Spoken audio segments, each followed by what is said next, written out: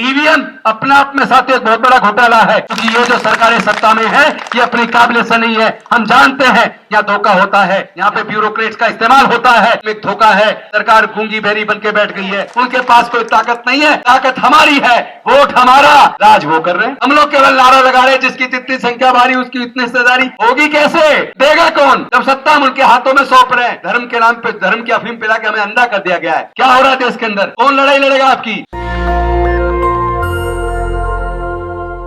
आज समस्या बहुत विकट है, बहुत ही बड़ी समस्या समाज के सामने आके खड़ी हो गई है। आप सब जानते हैं उसी मनुस्मृति के तहत देश के तमाम दलित, पिछड़े, आदिवासी और महिलाएं, उनको पढ़ने लिखने पर धार्मिक बंदिश थी, उनके व्यापार करने पर धार्मिक बंदिश थी, उनके संपत्ति रखने पर धार्मिक बंदिश थी, उनके मानव अधिकार पर धार्मिक बंदिश थी। लेकिन डॉक्टर बाबा साहेब अंबेडकर जी ने उस बंदिश को तोड़ा, और यह बंदिश थोड़े बहुत समय नहीं, कम से कम 2500 साल तक चली। उस बंदिश की वजह से हमारे लोग जमीनों के मालिक नहीं बन पाए, उस बंदिश की वजह से हमारे लोग व्यापारी नहीं बन पाए, उस बंदिश की वजह से हमारे लोग व्यापार में नहीं आ पाए। लेकिन भला डॉक्टर बाबा साहब अंबेडकर जी का, जिन्होंने भारत का संविधान बनाकर सभी जाति, सभी धर्म के लोगों को समान रूप से आगे बढ़ने का अवसर खोला। लेकिन दुखद यह है कि इस अवसर को खुले हुए भी ज्यादा समय नहीं हुआ था, अभी तो थोड़ा सा ही समय हुआ था कि उन्होंने हमारे आगे बढ़ने के रास्तों को फिर से बंद कर दिया है। मैं बंद इसलिए कह रहा हूं, हमने आरटीआई लगाकर भारत सरकार से सूचना ली, देश के तमाम राज्यों में और केंद्र के अंदर टोटल सरकारी स्कूल पिछले 15-20 सालों में कितने बंद हुए हैं। हमें आरटीआई से सूचना मिली, पिछले 15 से 20 सालों के अंदर पूरे देश के अंदर लगभग 2.25 लाख सरकारी स्कूल बंद हो गए। जनसंख्या तो तब से दुगनी हो गई, 20 सालों के अंदर जनसंख्या दुगनी हो गई और 2.25 लाख सरकारी स्कूल बंद हो गए। तो हम किस दिशा में जा रहे हैं? और अभी पिछले 5 साल का आप डाटा देखेंगे तो 50% से ज्यादा इंडस्ट्रीज भारत की बंद हो गई है।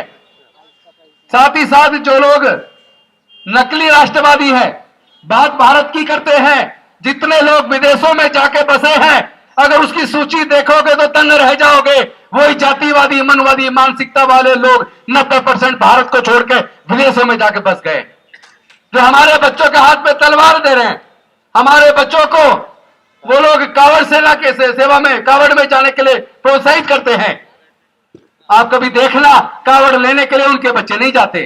कभी पुजारियों के बच्चे, व्यापारियों के बच्चे, अधिकारियों के बच्चे, नेताओं के बच्चे वो आपको कांवड़ लेते जाते नहीं मिलेंगे, वो कथावाचकों को सुनते हुए भी नहीं मिलेंगे, क्योंकि वो सच को जानते हैं। अज्ञानी तो हमारा समाज है। बाबा साहब उनको समझाते समझाते भारत को छोड़कर, पूरी दुनिया को छोड़कर हमें चले गए, लेकिन हमारे लोग पता नहीं क्यों समझना नहीं चाहते। आज स्थिति इतनी खराब है, शिक्षा की वजह से हम लोग थोड़े आगे बढ़े थे। क्योंकि आपको याद होगा गुलामगिरी में किस तरीके से भारत के इतिहास को ज्योतिबा फुले जी ने वर्णित किया, और साथ ही साथ उन्होंने बताया ज्ञान बिना मति गई, मति बिना नीति गई, नीति बिना गति गई, गति बिना धन गया, धन के अभाव में हमारे लोग गरीब और गुलाम हो गए, मजबूर हो गए। और ये जो सारा नुकसान हुआ ये अविद्या की वजह से हुआ। इसी अविद्या की वजह से हमारे लोग हजारों साल गुलाम रहे। लेकिन भलाओ डॉक्टर बाबा साहेब अंबेडकर जी का, जिन्होंने हमारी गुलामी की जंजीरों का न केवल तोड़ा, बल्कि सरकारी नौकरियों में रिजर्वेशन देकर हमारे आगे बढ़ने का रास्ता खोला, शिक्षण संस्थानों में रिजर्वेशन देकर हमारा हायर एजुकेशन का रास्ता खोला। लेकिन अभी तो आजादी को कुछ ज्यादा लंबा समय नहीं हुआ था, अब से करीब 40 साल पहले विपरीत दिशा में सरकारों ने षड्यंत्र के तहत, मनवादी व्यवस्था के तहत हमारे आगे बढ़ने के रास्तों को फिर से बंद कर दिया है। और आपको उन्होंने गर्दन को इस तरह काटा है, एकदम एक झटके में नहीं काटा, रहता है, धीरे धीरे रहता, धीरे धीरे हमारा सब कुछ छिन गया और हमारे लोगों को पता भी नहीं चला। हमारे लोग जज बने, इंजीनियर बने, कलेक्टर बने, साइंटिस्ट बने, प्रोफेसर बने, ब्यूरोक्रेट्स बने, राष्ट्रपति तक बने, मुख्यमंत्री बने, चीफ जस्टिस ऑफ इंडिया बने। लेकिन उसके बावजूद, इतने सारे पढ़े लिखे विद्वान होने के बावजूद, जो डॉक्टर बाबा साहेब अंबेडकर देकर गए थे 70% छिन गया है, 30% बचाव छिनने वाला है। आपको पता नहीं है क्या? आपको तो सबको पता होगा। अभी 69,000 वैकेंसी उत्तर प्रदेश की सरकार में निकली थी। 69,000 वैकेंसियों में से बहुजन समाज की, SC, ST, OBC की लगभग 19,000 वैकेंसी वो लोग खा गए। और वहां 500 दिन से ज्यादा हो गए बहुजन समाज के लोग सड़कों पे बैठे नौकरी के लिए, वो टीचर। लेकिन वहां की सरकार गूंगी बहरी सरकार सुन नहीं रही है। अभी एक आंकड़ा है जो संसद के अंदर रखा गया, आपको पता होगा, हाई कोर्ट सुप्रीम कोर्ट के अंदर 650 जजों की भर्ती हुई है पिछले 5 सालों के अंदर, और उन 650 जजों में 490 स्वर्ण जाति के लगभग 75% स्वर्ण जाति के भर्ती हुए हैं। बाकी के 25% में SC, ST, OBC और माइनॉरिटी, यानी जिसकी जनसंख्या लगभग 90% है, उनके हिस्से में आया 25%। देश की अगर खेती की जमीन बात करें तो वो 90% उन्हीं स्वर्णों के हाथ में है। देश के अगर व्यापार की बात करें तो वो 95% उनके हाथ में है। देश के अगर सारे तमाम संसाधनों की बात करें तो 90% उनके पास है। आपके पास क्या है? आप बार बार कहते हैं कि हम 85% है, 88% है। अरे हमारे लोग ही तो उनकी ताकत बना रहे हैं। आप मुझे बताइए, जब दलितों पर उत्पीड़न होता है, आदिवासियों पर उत्पीड़न होता है, पिछड़े वर्ग पर उत्पीड़न होता है, इन वर्गों की हकमारी होती है, इन लोगों की नौकरियां छीन ली जाती है, आपने कहीं देखा RSS, बजरंग दल, विश्व हिंदू परिषद के लोग हमारे अधिकार पे कभी कोई धरना प्रदर्शन करते देखे? कभी आवाज उठाते देखे? किसी जातिगत उत्पीड़न के खिलाफ कभी आपने RSS, बजरंग दल, विश्व हिंदू परिषद को बोलते देखा? जब वो लोग हमारे लिए नहीं बोलते तो हमारे लोग उन संगठनों में जाकर उनकी ताकत क्यों बना रहे हैं? हम ही लोग उनको ताकत दे रहे हैं। उनके पास कोई ताकत नहीं है, ताकत हमारी है, वोट हमारा, राज वो कर रहे हैं। हम लोग केवल नारा लगा रहे हैं, जिसकी जितनी संख्या भारी उसकी इतनी हिस्सेदारी होगी। कैसे देगा कौन, जब सत्ता हम उनके हाथों में सौंप रहे हैं? धर्म के नाम पे धर्म की अफीम पिला के हमें अंधा कर दिया गया है। हमें अपनी आंखें खोलनी होंगी।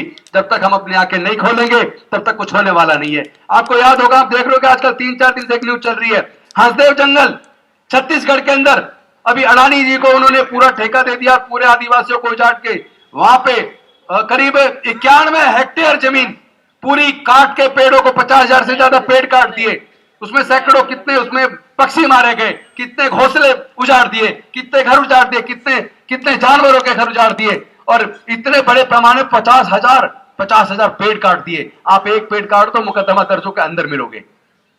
क्या हो रहा है देश के अंदर? कौन लड़ाई लड़ेगा आपकी? आपने देखोगा अभी पिछले दिनों एक विवेक बिंद्रा का एक बयान आ रहा था। वो कह रहा था कि इंटेलेक्चुअल केवल ब्राह्मण में पैदा होते हैं और सत्ता शासन चलाने की क्षमता क्षत्रियों में होती है, व्यापार करने की क्षमता ये वैश्यों के अंदर होती है, और जो शूद्र और अछूत है उनके बारे में वो कह रहा है, बाकी जो लगभग 88% है उनके बारे में वो कह रहा है कि वो केवल असिस्ट कर सकते हैं, वो -1 तो हो सकते हैं पर नंबर 1 नहीं हो सकते। शर्म आती है ऐसे लोगों की सोच पर। यही सब तमाम मनुवादी लोगों की सोच यही है। सच्चाई यह है कि अगर इंटेलेक्चुअल की बात करें तो भारत में डॉक्टर बाबा साहब अंबेडकर के मुकाबले वाला कोई इंटेलेक्चुअल पैदा नहीं हुआ। और शासन चलाने की अगर बात करें तो सम्राट अशोक, हमारे इस बहुजन समाज से निकले सम्राट अशोक लेके म्यांमार से काबुल कंधार तक, उससे भी आगे तक पूरा भारत बौद्ध में था। पूरे दुनिया को शांति मानवता का संदेश भारत से सम्राट अशोक ने दिया। एक ही राजा पूरी दुनिया में जिसके नाम के सामने महान लगता है, महान सम्राट अशोक। तो आप कैसे कह सकते हैं कि आपके पास काबिल नेतृत्व तो नहीं है? आप याद करते हैं उत्तर प्रदेश का शासन, बहन कुमारी मायावती जी मुख्यमंत्री होती थी। आज पूरे देश के अंदर जिस तरह का जुल्म उत्पीड़न है, अन्याय अत्याचार बढ़ा है, जुल्म बढ़ा है, और जिस तरह क्राइम बढ़ा है, अभी NCRB का डाटा है, क्राइम के मामले में उत्तर प्रदेश ने सबको पीछे छोड़ दिया। और उसी उत्तर प्रदेश की जब बहन कुमारी मायावती मुख्यमंत्री थी, आज की सरकारों में रहने वाले लोग और व्यापारी और साथ में ब्यूरोक्रेट और आम जनता कहती है उनसे अच्छा शासन किसी का नहीं रहा। इसका मतलब हमारे लोगों में शासन चलाने की भी क्षमता है, हमारी काबिलियत का कोई मुकाबला नहीं है। जब जब हमारे लोगों को अवसर मिला है, हमारे लोगों ने अपनी काबिलियत साबित की है। आप याद करिए बाबू जगजीवन राम जी को, वो जिस विभाग में मंत्री रहे वहीं उन्होंने बेहतरीन काम किया। आप याद कीजिए पासवान जी को, रामविलास पासवान जी को, जिस विभाग में रहे वहीं उन्होंने बेहतरीन काम किया। इसका मतलब हमारे लोगों के अंदर काबिलियत है, क्षमता है, उनको अवसर मिलना चाहिए। जब जब अवसर मिलता है हम अपनी काबिलियत और योग्यता साबित करते हैं।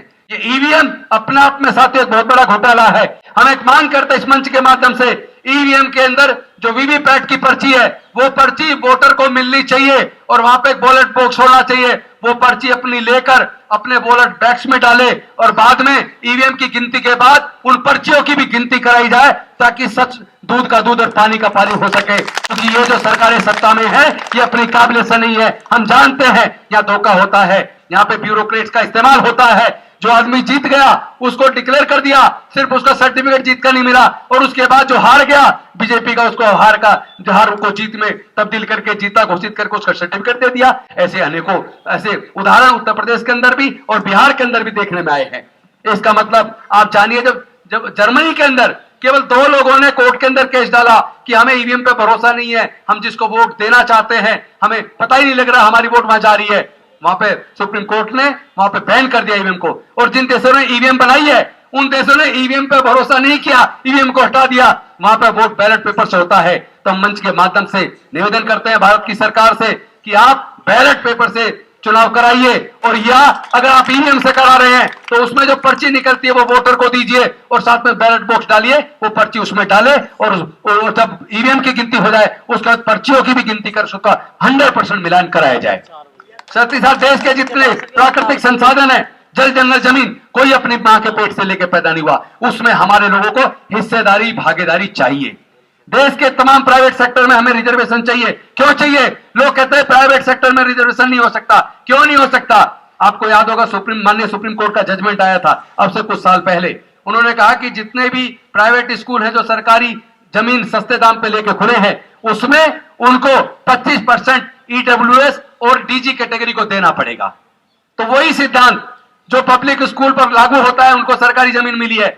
तो मैं कहना चाहता हूं जितने बड़े उद्योगपति हैं उनको भी सरकार से सस्ते दाम पे जमीनें मिली हैं। जनता का पैसा जो बैंक में है वहां से लोन लेकर, सरकार से जमीन लेकर उन्होंने अपने उद्योग खड़े किए हैं। तो इसका मतलब उनका उद्योग केवल उनके दम पे नहीं है, उसमें सरकार की मदद है, जनता का पैसा है। इसलिए देश के लोगों को उनकी संख्या के हिसाब से उनको रिजर्वेशन उसमें मिलना चाहिए। साथ ही साथ हमारी मांग है जितने भी विभाग हैं उसमें रोस्टर, हमेशा रोस्टर बनाया जाता है, मेंटेन किया जाता है। हर एक रोस्टर को मेंटेन करने के लिए एक लाइसेंस ऑफिसर एसएसटी का होता है, लेकिन मैं देख रहा हूं बहुत सारे विभागों में लाइसेंस ऑफिसर या तो है नहीं या ऐसे आदमी को चुन के बनाया जाता है जो उसका ध्यान नहीं रखता। तो रोस्टर की सूची हर साल जारी होनी चाहिए, प्रॉपर रोस्टर हर विभाग वार, हर पोस्ट वार मेंटेन होना चाहिए, ये भी हम लोग मांग करते हैं।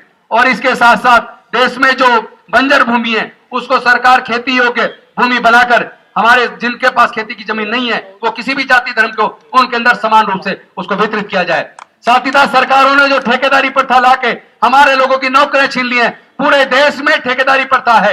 लगभग 4.5 करोड़ सरकारी नौकरी केंद्र सरकार और राज्य सरकारों की है, लेकिन एक साजिश के तहत मनवादियों ने सरकारों के माध्यम से, और यहां तक कि 5th पे कमीशन में फोर्थ क्लास एम्प्लॉयमेंट को पूरी तरह बैन करके आउटसोर्स कर दिया। ठेके पे भर्ती होती है और ठेकेदार जो भर्ती करता है पहले तो भर्ती करते वक्त पैसे लेता है, उसके बाद उनकी तनख्वाह का 40% हर महीने खा जाता है, क्योंकि उसका एटीएम उसी के पास रहता है।